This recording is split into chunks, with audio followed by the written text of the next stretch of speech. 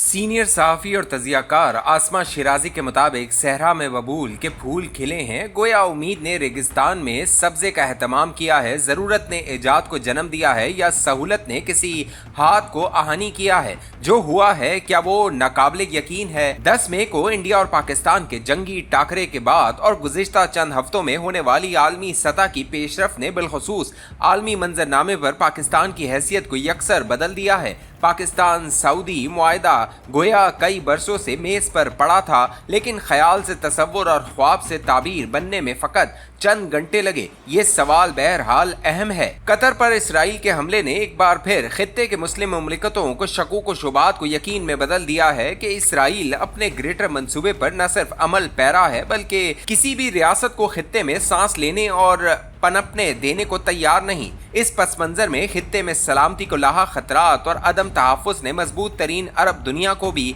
हिलाकर रख दिया है। क्या ये सूरत हाल पाक सऊदी मुआहदे का सबब बनी? क्या सऊदी अरब इसराइल से तहफ़्फ़ुज़ की खातिर ये डील तय कर रहा है या फिर इलाकाई तहफ़्फ़ुज़ के नए सिक्योरिटी खदोखाल को निगाह में रखे हुए है? मुआहदे की शिक के एक पर हमला दूसरे पर हमला तसव्वुर होगा और स्ट्रेटेजिक इंजमाम की इस्तिलाह पूरी दुनिया में जेर बहस है। क्या इससे मुराद पाकिस्तान के जौहरी हथियार हैं जो बवक्ते ज़रूरत मुश्तरका तौर पर आजमाए जा सकते हैं, या न्यूक्लियर हथियार महज ताकत के तवाज़ुन के तौर पर दिखाए जा सकते हैं? क्या ये भी मुमकिन है कि अब सऊदी अरब से हथियारों की सांझ हो? हमारे पायलट अमरीकी जहाज़ों को न सिर्फ उड़ाएं बल्कि कतरी रफाल पर महारत के बाद जदीद अमरीकी तैयारों पर भी अपने हाथ साफ कर लें।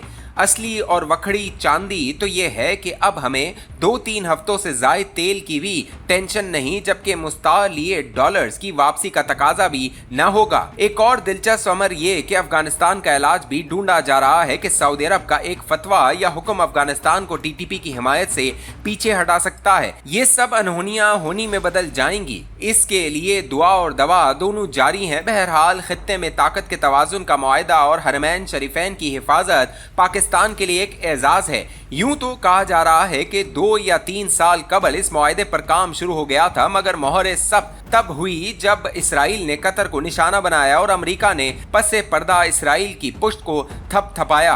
दूसरी जानिब अमेरिका ने पाक सऊदी दिफाई मुआहदे पर एतराज़ भी नहीं किया। क्या इस मुआहदे में अमेरिकी आशीर्वाद है या इसे महज इलाकाई सिक्योरिटी बंदोबस्त समझा जाए? जैसा कि यूक्रेन रूस जंग में अमेरिका इस तस्वुर का प्रचार कर रहा है। गजा के मुस्तकबिल में सऊदी अरेंजमेंट और बिलवास्ता पाकिस्तानी किरदार पर भी तबसरे किए जा रहे हैं। इस मुकम्मल तस्वुर में भी पाक सऊदी मुआहदे की न तो अहमियत से इनकार किया जा सकता है और न ही पाकिस्तान की इंडिया और इसराइल के मुकाबले सफबंदी को मुस्तरद। ये हकीकत है कि इस वक्त पाकिस्तान और हुकूमती अस्करी क़यादत के बड़े नाक़िद भी इस मुआहदे को सराहे बगैर नहीं रह पा रहे। खित्ते में एक नई पेशरफ पर भी निगाहें जमी हैं। सदर ट्रंप बगराम एयरबेस को वापस लेने पर बज़िद हैं। तालिबान क़यादत को जिस रकम पर रज़ामंद करने की कोशिश की गई है, ज़राए बता रहे हैं कि अफगान हुकूमत इससे 3 गुना ज्यादा कीमत मांग रही है, जिस पर नाराजगी का इज़हार ट्रंप साहब ने कर दिया है। सदर ट्रंप अफगानिस्तान में दाइश की मौजूदगी पर पहले ही तशवीश का इज़हार कर चुके हैं। इस सूरत हाल में पाकिस्तान का किरदार नुमाया हो सकता है, जबकि ट्रंप चीन की निगरानी के लिए बगराम बेस की वापसी के लिए पुरउम्मीद दिखाई दे रहे हैं। पाकिस्तान की अमेरिका और चीन के बाद सऊदी अरब से जादू की जप्पी वज़ीर आज़म शहबाज शरीफ और फील्ड मार्शल आसिम मुनीर की जोड़ी और यकसफा